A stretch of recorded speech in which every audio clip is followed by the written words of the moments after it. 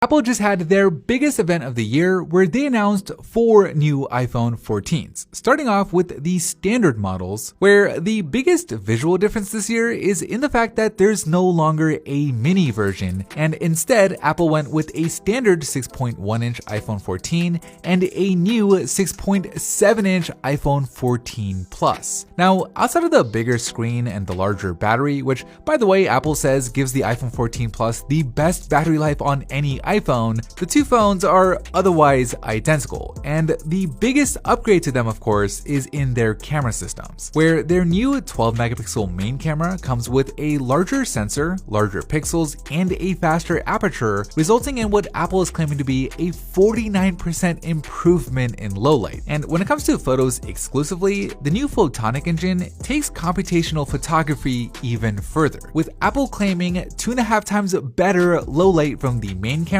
and 2 times better low light from the ultra-wide, which combined with the new brighter flash, the iPhone 14 is just gonna have better low light all around. And that carries over to the selfie camera, where the new 12-megapixel camera has 38% better low light gathering, meaning photos and videos and like FaceTime calls will look better when you're in dimmer situations. And for photos specifically, the photonic engine kicks in again, with Apple also claiming a 2x improvement for low light selfies. The selfie camera also has autofocus now, meaning your images will look sharper even when you're further away for things like group shots. Now, in terms of camera features, well, cinematic mode can now record in 4K, whereas before it was limited to just 1080p. And there's also a new action mode where you can capture super smooth videos even when your hands are shaky. Like they showed people running around getting smooth video, although there is a lot of cropping going on to make it happen. But enough about the cameras. Let's talk about the other improvements, which honestly is a pretty short list. There's a new emergency SOS feature where if you ever find yourself stranded with no cell service, the iPhone 14 now lets you contact emergency services using satellite. Apple actually had to build a custom app in order to get this to work without a big ol' antenna on the phone, where it lets you know where to point the phone in order to connect to a satellite. And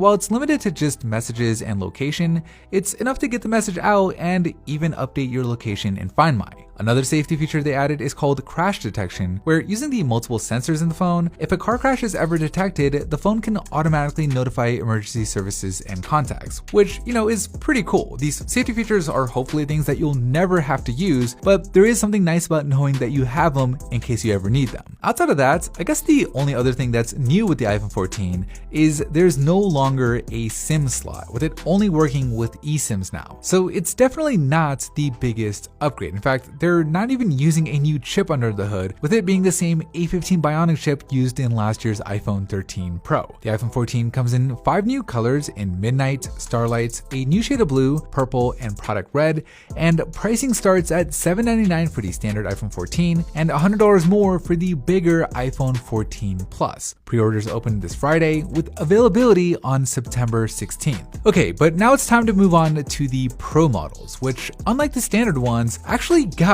a pretty significant upgrade. For one, the iPhone 14 Pro and the 14 Pro Max look different, at least from the front, with thinner borders around the screen and this new cutout area instead of using a notch. Apple is calling this area the dynamic island, since instead of just being a black blob that's in the way, it's actually integrated deep into the UI, with the area expanding when you get new notifications, showing you album art and music that's playing in the background, and it even works with things like iOS 16's live activities. So it's actually a really smart implementation, with the bonus of taking up 30% less area than the notch did, thanks to the proximity sensor now being behind the screen itself. But beyond just the new look of it, the display is also significantly brighter, with a peak brightness of 2000 nits. And the Pro models also get a feature that we've seen Android phones have for years now in the always on display, where when you lock the iPhone screen, instead of going just completely black, it can now go super dim, allowing you to check things like the time and missed notifications without having to physically turn the screen on every time. Moving on though, we've got to talk about the cameras, with the iPhone 14 Pro's main camera being upgraded to a 48 megapixel sensor. This is the biggest upgrade in resolution resolution ever to the iPhone,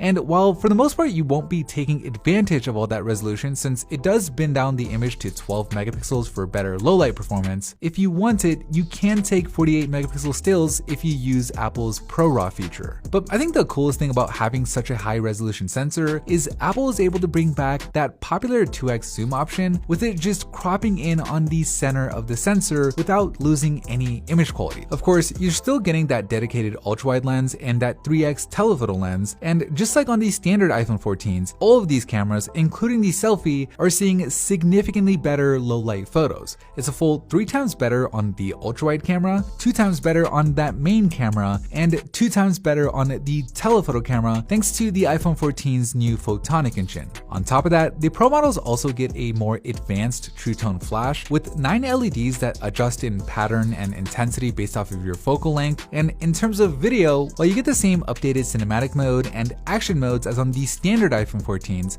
only the Pro models get the second generation of Apple's sensor shift tech, where the sensor inside of the phone physically moves to adjust for shaky hands. And of course, unlike the standard iPhone 14s, the 14 Pros get a new A16 Bionic chip to help power it all. Outside of that though, you get the same SOS via satellite and crash detection features as on the standard models, you get the same new selfie camera, and no, there isn't a SIM card slot on the Pro models either. The iPhone 14 Pros come in 4 different colors in space black, silver, gold, and this sweet looking deep purple, with the pricing actually remaining the same, starting at $999 for the iPhone 14 Pro and $1099 for the iPhone 14 Pro Max. Pre-orders open on Friday, with availability on September 16th.